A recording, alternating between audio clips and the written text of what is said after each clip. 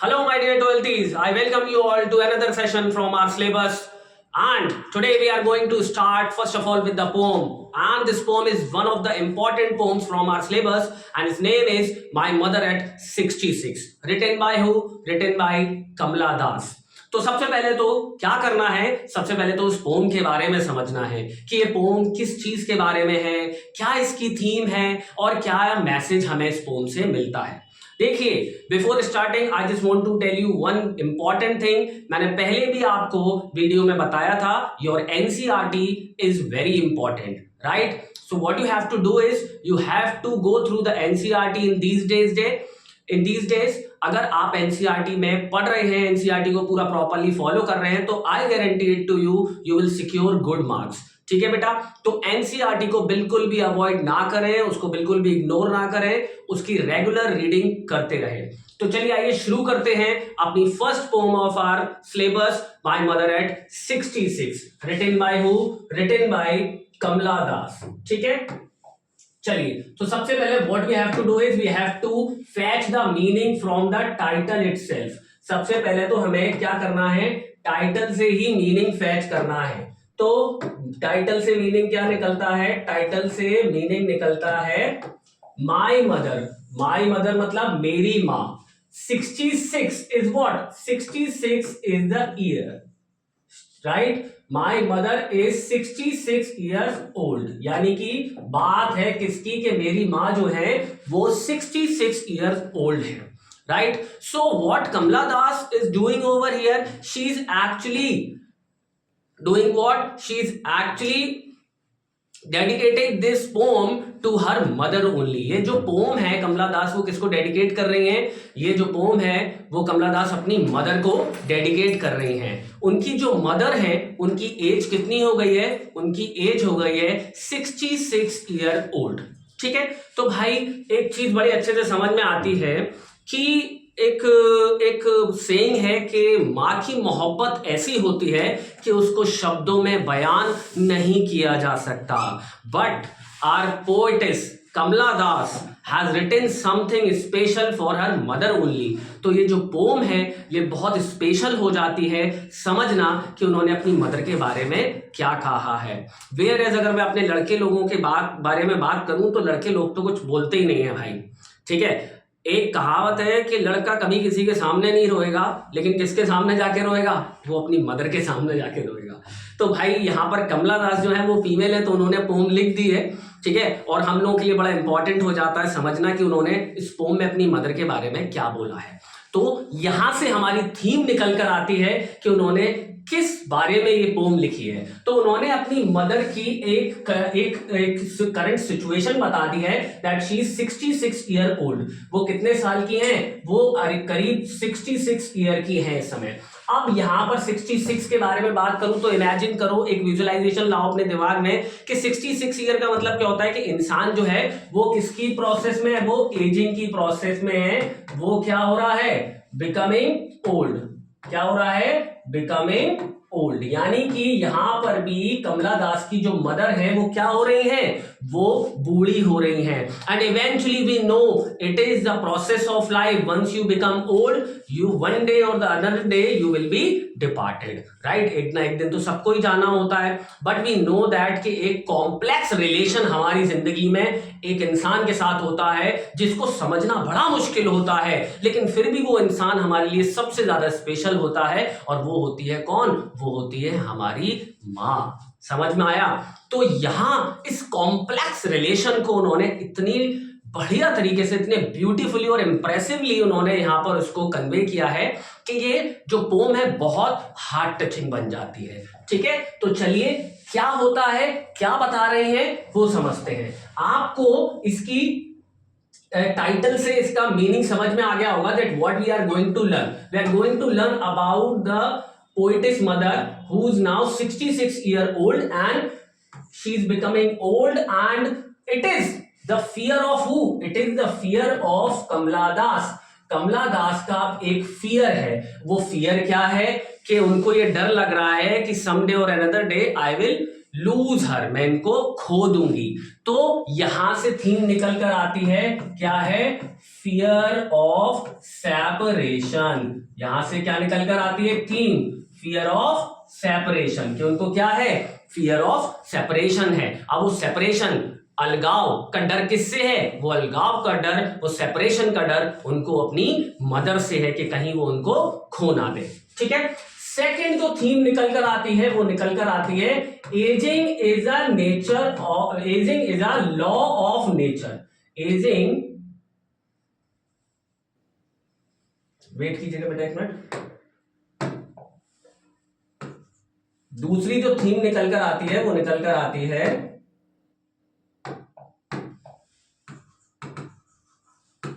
Ageing is a law of nature. अब ये ageing is a law of nature, अरे भाई पैदा हुए हो तो हमें एज तो होना ही है, हमारी लाइफ में बुढ़ापा तो आना ही है। You can't avoid this, you can't ignore this, right. Next जो मैंने बताई थी वो आप देखते चलिएगा, फियर ऑफ सेपरेशन। भाई मैं क्या करता हूं, मैं कोई पीडीएफ वगैरह नहीं देता हूं, कितनी बार आपको समझाऊं, जो समझना है बोर्ड पे समझिए, सब एक एक चीज आपके बारे में, एक एक चीज यहां पर लिखी होती है। ठीक है, तो वीडियोस देख लिया करिए बेटा, सारे कीवर्ड आपको यहीं से मिल जाएंगे। चलिए, तो विदाउट वेस्टिंग टाइम थीम पता चल गई, अब आगे पढ़ते हैं। देखिए सबसे इंपॉर्टेंट चीज क्या है, मैंने हमेशा आप लोगों से बोला कि एनसीईआरटी रीड कीजिए, तो एनसीईआरटी में पेज नंबर को छोड़कर कुछ भी आ सकता है बेटा, ये ध्यान रखना। पेज नंबर नहीं आएगा लेकिन कुछ भी आ सकता है, तो समझिए क्या है कि यहां पर हमें एनसीईआरटी में सबसे पहले कमला दास का क्या दे रखा है? इंट्रोडक्शन दे रखा है। तो चलिए इंट्रोडक्शन पहले समझ लेते हैं, ज्यादा समझने की जरूरत नहीं है, जल्दी जल्दी कंप्लीट करते हैं इसको। कमला दास जो है वो बेसिकली इंडियन पोइटेस हैं। कौन है? इंडियन पोइटेस हैं। बिलोंग करती है कहां को? बिलोंग करती हैं साउथ इंडिया को, राइट। इन्होंने कई सारे नोवेल लिखे हैं, शॉर्ट स्टोरीज लिखी हैं, एसेज लिखे हैं, लेकिन वो शॉर्ट स्टोरीज और एसेज और नोवेल जो लिखे हैं उन्होंने अंडर द पेन नेम लिखे हैं। पेन नेम क्या होता है? पेन नेम होता है कि इंसान क्या करता है, अपना रियल नेम ना देकर अपना एक टैग नेम लिख देता है अपनी किसी भी राइटिंग के नीचे। तो इन्होंने भी अपनी राइटिंग के नीचे अपना एक पेन नेम लिखा है, वो नाम क्या है? वो नाम है माधवी कुट्टी। समझ में आ गया? चलिए, अब ये जो पोम है वो किस बारे में है? ये जो पोम है वो बताती है complex subtlety of human relationship. ठीक है, बहुत इंपॉर्टेंट लाइन है, मार्क कीजिएगा, complex subtlety of human relationship. हमारे पास हमारी जिंदगी में कुछ ऐसे रिलेशंस आ जाते हैं जिसको समझना बड़ा मुश्किल होता है। हम चाहते हैं कि वो रिलेशंस हमारी जिंदगी में हमेशा रहे, लेकिन वी नो दैट कि कोई भी चीज जो है वो लास्ट लॉन्ग नहीं होती है, सब कुछ इम्परमानेंट है, सब कुछ टेम्परेरी है। समझ में आया? तो होता क्या है कि कुछ ऐसी चीजें जिनको हम बयान नहीं कर पाते वो हमें क्या दिखाते हैं? वो कॉम्प्लेक्स होते हैं, जो हमारे लिए क्या है, अंडरस्टैंडिंग अच्छे से नहीं कर पाते, हम उनको अंडरस्टैंड नहीं कर पाते, उनको अच्छे से नहीं समझ पाते हैं। लेकिन उन्होंने यह समझाया है किसके बारे में? उन्होंने यह समझाया है मदर के बारे में, राइट। एक इंपॉर्टेंट चीज है जो मैंने शुरुआत में ही बोली कि मदर का जो मोहब्बत है वो आराम से बयान नहीं की जा सकती और कोई भी इंसान उसको बयान नहीं कर सकता, लेकिन इन्होंने किया है। ठीक है, कैसे? वो जो कॉम्प्लेक्स सटिलिटी है उस पर्टिकुलर रिलेशन की, वो उन्होंने यहां दिखाई है। चलिए आगे चलते हैं, पोम को समझते हैं, बहुत इंपॉर्टेंट पोम है। तो होता क्या है पोम में ये हो रहा है कि कमला दास जो है वो अपने पेरेंट्स को विजिट करने गई हैं अपने होम टाउन में, and now she is leaving them as she is going to where, as she is going to Cochin right now. अब क्या है कि वो अपने पेरेंट्स के पास गई हैं, पेरेंट्स से मिली हैं, अब उनको छोड़कर वो कहां जा रही हैं? वो इस समय कोचीन जा रही हैं। और कोचीन छोड़ने के लिए कौन जा रहा है? कोचीन छोड़ने के लिए उनकी मदर जा रही हैं। Actually, she is going to where? She is going to airport along with her mother, and from the airport she will take the flight to the Cochin. क्या लेंगी? वो फ्लाइट लेंगी कोचीन की। तो उनकी मदर जो है वो उनको ड्रॉप करने जा रही है। कहाँ? उनकी मदर जो है वो उनको ड्रॉप करने जा रही है एयरपोर्ट। बात समझ में आ गई?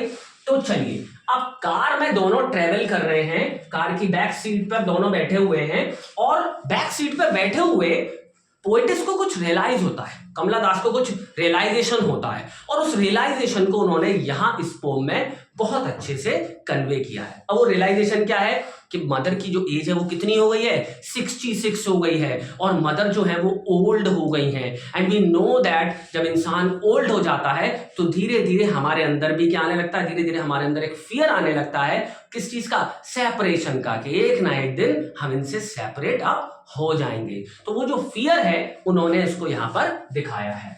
तो क्या कहती हैं, देखिए अपनी एनसीईआरटी की बुक निकालिए, उसमें मार्क करते चलिए, क्योंकि कुछ वर्ड मीनिंग है वो पूछे जाते हैं, कुछ पोएटिक डिवाइसेस हैं वो पूछी जाती हैं, और साथ साथ ध्यान रखना कुछ हिडन मीनिंग है यहां पर लाइंस के बेटा।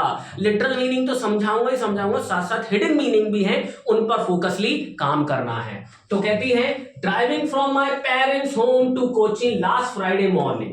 अपने पेरेंट्स के घर से कहां जाने के लिए निकली हैं, कोचिंग जाने के लिए निकली हैं। अब ये कहां जा रही है, पहले एयरपोर्ट जाएंगी, कहां जाएंगी, एयरपोर्ट जाएंगी, वहां से she will take the flight to the Cochin, ठीक है। I saw my mother beside me. अब साथ में कौन बैठा हुआ है इनको ड्रॉप करने के लिए, एयरपोर्ट कौन जा रहा है, इनकी मदर जा रही है, वो इनके बराबर में बैठी हुई है, ठीक है। अब बराबर में जब मदर बैठी हुई है तो उनकी कुछ सिचुएशन उन्होंने यहां पर क्या की है, उनकी कुछ सिचुएशन यहां पर उन्होंने एक्सप्लेन की है कि वो किस तरीके की दिख रही हैं, वो किस तरीके से सो रही हैं, उनके फेस को देखकर पोएटिस को क्या रियलाइज हो रहा है। तो कहती हैं, वो जो मदर थी उनकी कार में डोज मतलब शॉर्ट नैप यानी कि शॉर्ट स्लीप या नैप कह सकते हैं। तो वो शॉर्ट स्लीप में है, ठीक है। इसको दोबारा से अच्छे से लिखिए, पेन दूसरा लेता हूं, आप लोग इसको अच्छे से उतारते चलिए, क्योंकि मुझे इस बार ये पता नहीं क्यों लग रहा है कि इस पोम से एक्सट्रैक्ट तो आना ही आना है। तो डोज क्या होता है, शॉर्ट स्लीप, राइट, और नैप, ठीक है। तो मदर जो है वो एक शॉर्ट स्लीप में है, यानी कि कार की बैक सीट पर वो सो रही है, किनके बराबर, पोएटिस के बराबर। ओपन माउथ, अब जब वो सो रही हैं तो उनका जो मुंह है वो खुला हुआ है। अब हमें पता है कि ओल्ड एज जो लोग हो जाते हैं वो जब सोते हैं तो बहुत ज्यादा वीक होते हैं, उनको हर समय फटीग रहते हैं, बहुत थके हुए रखते हैं, क्योंकि एनर्जी जो है वो धीरे धीरे डाउन होने लगती है। तो उनकी मदर की जो एनर्जी है वो भी बिल्कुल डाउन हो रखी है, और वो किस तरीके से सो रही है, ओपन माउथ यानी कि खुले मुंह की तरह, खुला मुंह खोलकर सो रही हैं। हर फेस ऐसे like that of a corps, उनका चेहरा देखकर, सोते समय उनका चेहरा देखकर उनको क्या लग रहा है पोएटिस को, कि उनका जो चेहरा है वो ऐश की तरह हो गया है। ऐश का मतलब हम जानते हैं ना, राख। ये क्या होता है, ये होती है कलरलेस। उनके चेहरे पर कोई चार्म नहीं है, कोई ब्राइटनेस नहीं है, और वो कैसी लग रही है सोते समय, कॉर्प्स का मतलब होता है डेड बॉडी। किसकी तरह लग रही हैं वो, एक डेड बॉडी की तरह लग रही हैं। तो ये जो रियलाइजेशन था कि मदर सोते समय बिल्कुल कलरलेस लग रही हैं, उनके चेहरे पे कोई चार्म नहीं है, वो तो ऐसा लग रहा है जैसे कि एक डेड बॉडी जैसी हो गई हैं। ये क्या होता है, ये रियलाइजेशन उनके दिल में क्या बैठा देता है, पेन बैठा देता है उनको। ये अब सोचकर डर लगने लगता है कि मेरी मदर अब काफी ओल्ड हो गई हैं, ठीक है। तो वो सोचती हैं that she was as old as she looked। अब वो सोचती हैं कि मेरी मदर, ये बहुत इंपॉर्टेंट लाइन है, she was as old as she looked। तो वो कहती हैं कि मेरी मदर अब उतनी ही ओल्ड हो गई हैं जितना कि वो दिख रही हैं, यानी कि उनकी उम्र 66 हो गई है, और उनकी एनर्जी भी अब 66 ईयर ओल्ड की ही हो गई है। उनके अंदर कोई चार्म नहीं है, कोई एनर्जी नहीं है, राइट। चलिए उसके बाद कहती हैं, but soon put that thought away and looked out at young trees sprinting and the merry children spilling out of their homes। पहले तो उसका लिटरल मीनिंग समझो, फिर उसके बाद इसका हिडन मीनिंग समझो। अब जैसे ही उन्होंने देखा मदर को कि उनकी मदर कैसी हो रही हैं, डेड बॉडी जैसी दिख रही है, कलरलेस दिख रही हैं, उनको क्या होने लगा, उनको डर लगने लगा। उनको समझ में आने लगा कि मदर अब उतनी ही ओल्ड हो गई हैं जितनी उनकी उम्र है, ठीक है। एनर्जी लेस है वो, उनके अंदर कोई चार्म नहीं है, कोई ब्राइटनेस नहीं है, कोई स्पार्क नहीं है, राइट। तो इस थॉट को अब वो क्या करने के लिए, इस थॉट को वो डाइवर्ट करने के लिए, डाइवर्ट मतलब इस थॉट को वो हटाने के लिए दूसरी तरफ विंडो के बाहर देखने लगती हैं। किससे, कार से विंडो के बाहर देखने लगती हैं, ठीक है। तो उन्होंने बोला to put that thought away, इस थॉट को कि उनकी मदर बहुत ओल्ड हो गई हैं, and some day or other day she will leave her, तो इस थॉट को डाइवर्ट करने के लिए वो कार के बाहर देखती हैं। जब वो कार के बाहर देखती हैं तो उनको कुछ दिखाई देता है। उनको क्या दिखाई देता है? Young trees sprinting. स्प्रिंटिंग का मतलब है रशिंग आउट, रशिंग आउट या फिर मूविंग आउट। ठीक है, रशिंग आउट या फिर मूविंग आउट। वो देखते हैं कि जो ट्रीज हैं, यंग ट्रीज, वो रश कर रहे हैं, यानी कि भाग रहे हैं। एज वी नो ना कि when we are travelling in any of the vehicles, ठीक है, हम जब किसी व्हीकल में ट्रेवल कर रहे होते हैं तो बराबर में हमारे जो ट्रीज हैं वो चल रहे होते हैं। तो ऐसा लगता है कि पहले ट्रीज पास में आ रहा है और जब हम पास में पहुंचते हैं तो ट्रीज कहां निकल जाता है? ट्री पीछे निकल जाता है। तो सेम इस थॉट से उनको क्या रियलाइज हुआ, अभी बताता हूं, लिटरल मीनिंग समझो पहले। उसके बाद देखते हैं कि मैरी चिल्ड्रन स्प्लिंग आउट। मैरी का मतलब होता है हैप्पी, ठीक है, और स्प्लिंग आउट का मतलब है कमिंग आउट। छोटे छोटे बच्चे खुशी खुशी अपने घरों से बाहर आ रहे हैं। अब इस बात का क्या मतलब हुआ कि young trees sprinting and merry children coming spilling out from their homes. इसका मतलब समझो, यहां इन्होंने क्या किया है? यहां इन्होंने कॉन्ट्रास्ट किया है, यानी कि इसको कहते हैं कंपैरिजन किया है। किससे? यंग एज से और यंग एज से और किससे? ओल्ड एज से। यंग एज का ओल्ड एज से कंपैरिजन किया है। कैसे किया है? समझो इसको बहुत ध्यान से कि ट्रीज जो हैं वो क्या दिखा रहे हैं? ट्रीज जो हैं वो यंगनेस दिखा रहे हैं अभी शुरुआत में। मैरी चिल्ड्रन जो हैं वो भी यंगनेस दिखा रहे हैं। बट एज वी नो कि जब हम आगे निकल जाते हैं तो ट्रीज जो हैं वो पीछे रह जाते हैं। तो ट्रीज के साथ क्या है? जब वो ट्रीज पीछे रह गए तो ये समझ में आता है कि एजिंग का भी सेम प्रोसेस है कि हम पहले तो आगे आगे चलते रहते हैं, फिर लाइफ जो है वो हमारी बैकवर्ड जाती है। पहले हम फॉरवर्ड हैं, फिर एंड में वो क्या होगी? बैकवर्ड जाएगी। राइट? बात समझ में आई? बहुत इंपॉर्टेंट लाइन है कि ट्रीज स्प्रिंटिंग क्या दिखा रहे हैं? यंग एज दिखा रहे हैं, कॉन्ट्रास्ट कर रहे हैं कि लाइफ जो है वो ट्रीज की तरह है, वो स्प्रिंटिंग करेगी आगे के लिए, फॉरवर्ड करेगी, लेकिन फिर बाद में बैकवर्ड जाने लगेगी। अब यंग चिल्ड्रन क्या दिखा, या मैरी चिल्ड्रन क्या दिखा रहे हैं? मैरी चिल्ड्रन दिखा रहे हैं कि एजिंग जो है वो प्रोसेस है लाइफ का। इनकी मदर भी कभी बच्ची रही होंगी, यंग रही होंगी, राइट, लेकिन अब जो है वो क्या हो गई हैं? अब जो है वो ओल्ड हो गई हैं। बात समझ में आई? मेरे शब्दों का बहुत ध्यान से फोकस रखना बेटा, क्योंकि शब्दों में ही सब कुछ है। ठीक है, चलिए आफ्टर दैट क्या होता है, अब आगे कहती है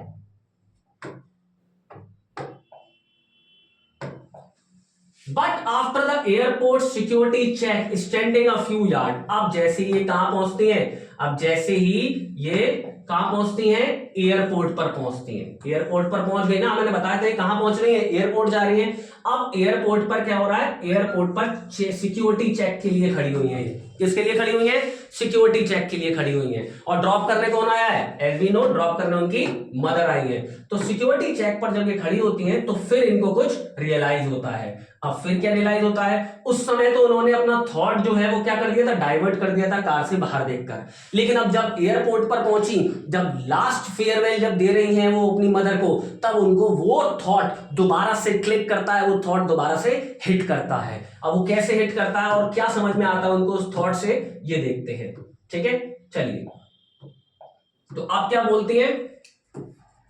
बोलती हैं to put the looking away.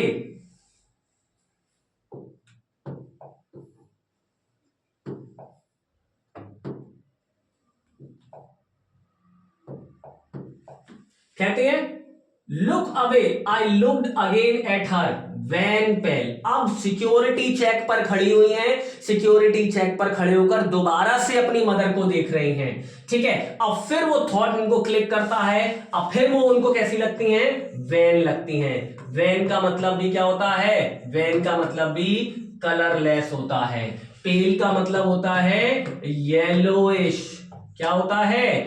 Yellowish, no brightness. ठीक है, अब फिर उनको उनकी मदर जो है वो कैसी लग रही हैं? कलरलेस लग रही हैं, येलोइश लग रही हैं। और यहां उन्होंने कंपेयर कराया है अपनी मदर के फेस को किससे? As a late winter moon. Winter moon से क्यों करा है? देखिए, क्योंकि विंटर का जो मून होता है वो फॉग और मिस्ट की वजह से क्या नहीं होता है, वो फॉग और मिस्ट की वजह से धुंधला, ब्लरी दिखाई देता है, फॉगी दिखाई देता है। इसी तरीके से इनकी मदर के फेस का जो चार्म है वो क्या हो चुका है, फेड हो चुका है, डल हो चुका है, कलरलेस हो चुका है, वो पेल हो गई है, यानी कि येलोइश हो गई है। समझ में आया? अब ये थॉट जब आया इनको कि यार उस समय तो मैंने थॉट को क्या कर दिया था, डाइवर्ट कर दिया था, बट रियल में क्या है, रियलिटी क्या है? रियलिटी तो यही है कि मदर जगने के बाद भी वैसे ही लग रही हैं जैसे वो सोते समय लग रही थी। ठीक है, तो अब ये थॉट, अब उनको समझ में आ गया that it is a reality and it is the nature of law that I can't deny it, कि मैं उसको डिनाई नहीं कर सकती। तो इस रियलाइजेशन से इनको क्या हुआ, इनको अपना फैमिलियर एक याद आ गया। एक का मतलब होता है पेन और फैमिलियर का मतलब होता है प्रीवियसली नोन, यानी कि पहले से इनको एक पेन था। और ये पेन कब का था? बचपन का था। बचपन में क्या होता है कि छोटे बच्चे होते हैं, उनकी मदर अगर उनके पास से चली जाती है तो उनको डर लगता है कि उनकी मदर जो है वो उनको छोड़कर चली गई, राइट? तो उनके अंदर एक ट्रॉमा सा बैठ जाता है, उनको बहुत ज्यादा फियर होने लगता है। तो इनके साथ वो फियर जो उनको बचपन में लगता था कि कहीं मेरी मदर मुझे छोड़कर ना चली जाए, वो दोबारा से क्या हो गया, वो दोबारा से बॉर्न अप हो गया, वो दोबारा से रिकॉल हो रहा है उनके दिमाग में कि यार कहीं मेरी मदर मुझे दोबारा से छोड़कर ना चली जाए। ठीक है, इसीलिए वो कहती है कि ये फैमिलियर एक है जिसको मैं बचपन में रियलाइज कर चुकी हूं। कब? My childhood fear. ठीक है, तो इनका ये जो पुराना चाइल्डहुड फियर था वो दोबारा से क्या हो गया, दोबारा से बॉर्न हो गया, दोबारा से वो रिकॉल करने लगी उसको। But all I said was see you soon Amma. लेकिन इस थॉट को अपने दिमाग में रखते हुए वो यहां पर क्या हो रही है, शी इज बीइंग होपफुल। क्या हो रही है इस लाइन से? She is being hopeful. वो होपफुल हो रही हैं कि नहीं, मैं दोबारा से अपनी मां से मिलूंगी, मेरी मां मुझे छोड़कर शायद नहीं जाएंगी, right? And all I did was smile smile and smile. और मैं उनको देखकर सिर्फ और सिर्फ क्या करती रही, मैं उनको देखकर सिर्फ और सिर्फ स्माइल करती रही। I was being hopeful and telling myself, नहीं ये मुझे छोड़कर नहीं जाएंगी। And in this smile she was hiding her pain. और इन स्माइल में वो क्या कर रही थी? She was hiding her pain, her fear that she should not be separated from her mother, right? So I hope ये पोम आप लोगों को बेटा समझ में आई होगी। And what I want from you all कि आप प्लीज एनसीईआरटी पढ़ते रहें, जितना मैंने आपको समझाया है उसको एक बार वीडियो के साथ रिकॉल करें, अपनी बुक में मार्क करें इंपॉर्टेंट चीजें, और फिर उसके बाद कुछ क्वेश्चंस लगाएं। Thank you, this is all for the day from my side बेटा।